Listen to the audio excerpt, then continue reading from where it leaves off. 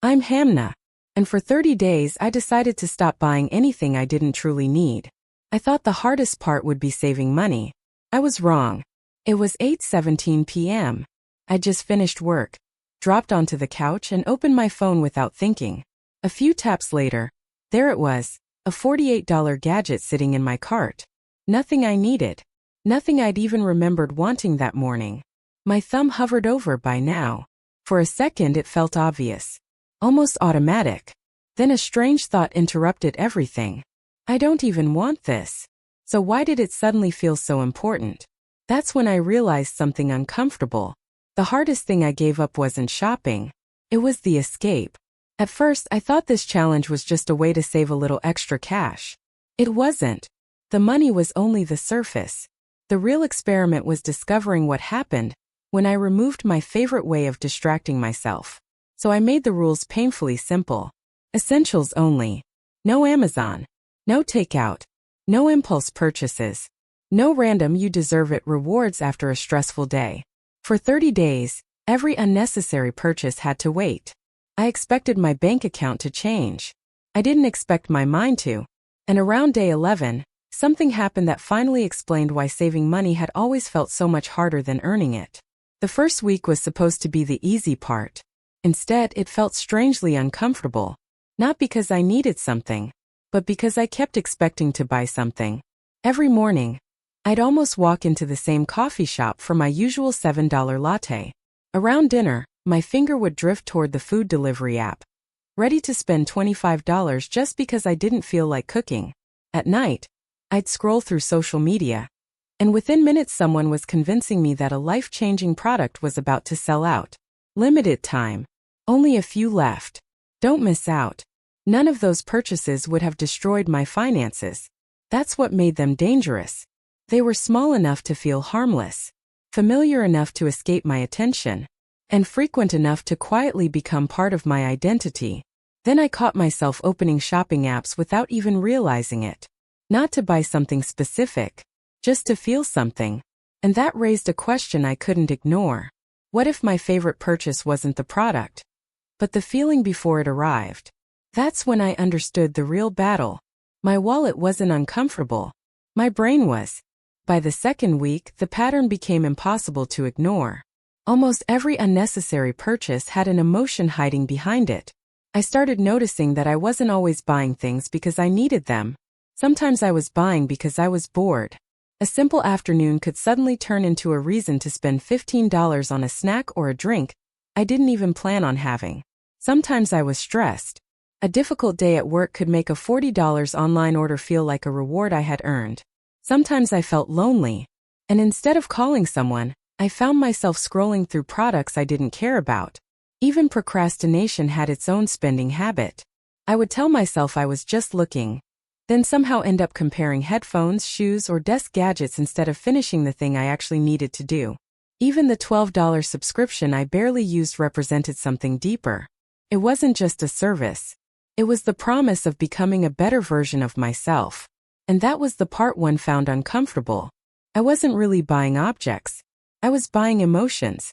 I realized I had two choices whenever an uncomfortable feeling appeared. I could immediately react. Stress would lead to shopping. Shopping would create a few minutes of relief. Then the same feeling would come back again. Or I could create a small pause. I could step away.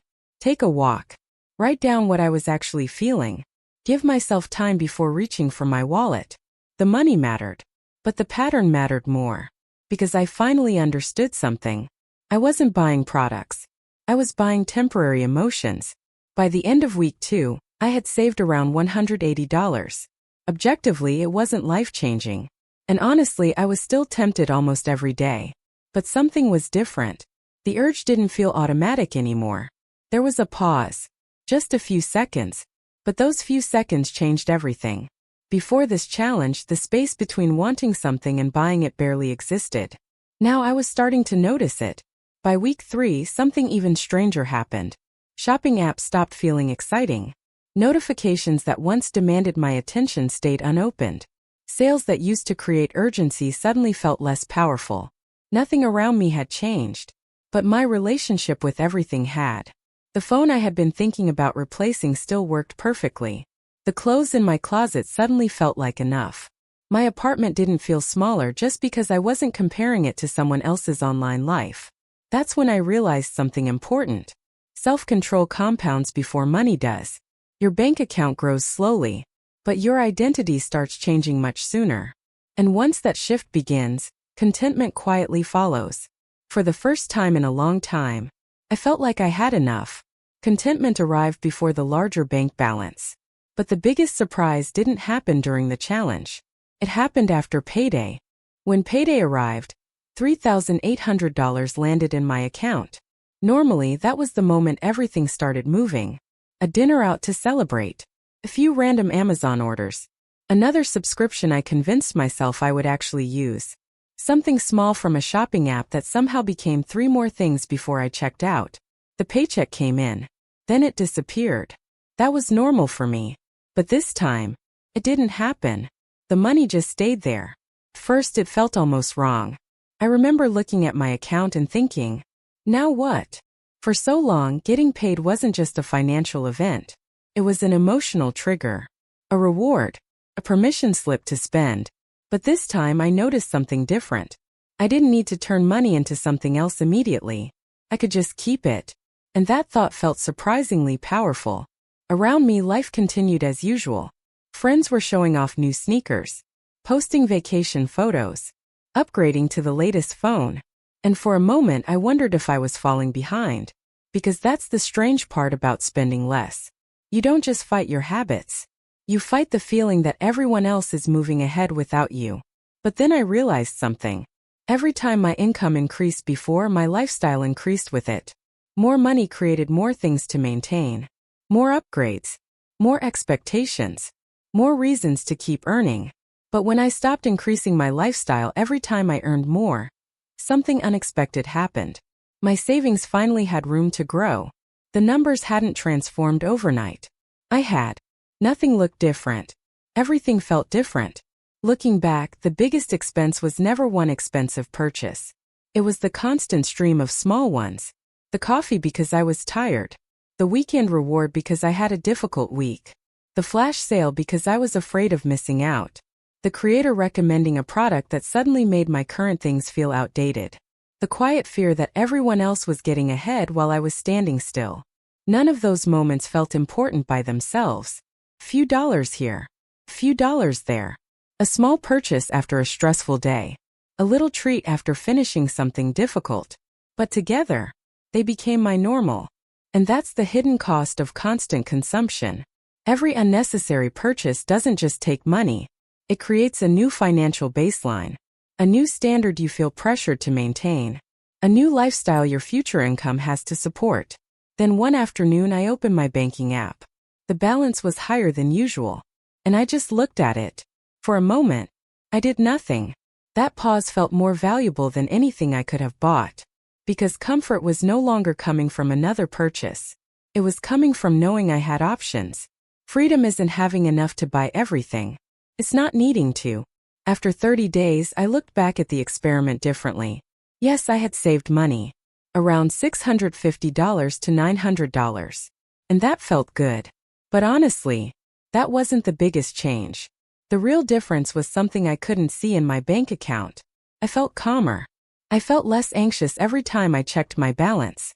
I stopped feeling like I was constantly recovering from my own decisions. Planning ahead became easier because I wasn't spending first and trying to fix things later. And when I did decide to buy something, it felt intentional. Not automatic. Not emotional. Not like I was trying to fill a gap I couldn't explain. The experiment didn't turn me into someone who never spends money. That was never the goal. It turned me into someone who finally understood why I was spending. At the beginning, my mindset was simple. I deserve this. A stressful day. A bad mood. A small inconvenience. They all became reasons to reward myself. But by the end of those 30 days, something quietly changed. The thought became, I choose this. That one shift changed everything. Because habits aren't created by one dramatic decision. They're built through hundreds of small choices that eventually become part of who you are. And I realized something. The money was only one result.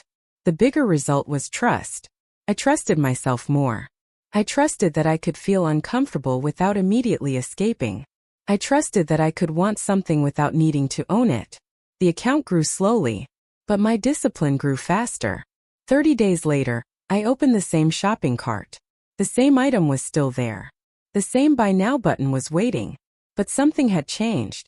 The item didn't feel important anymore. Because the real decision was never about the product.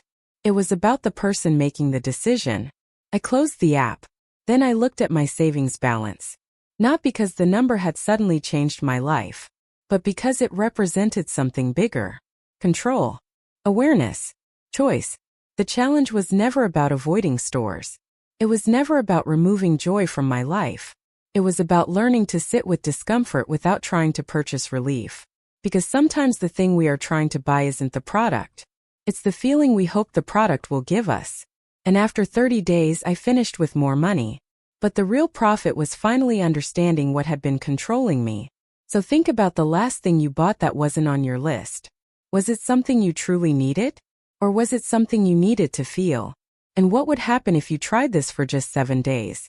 If you've ever caught yourself spending because of stress, boredom, loneliness, or anxiety, share your experience below. Because your story might be the exact thing someone else needs to read.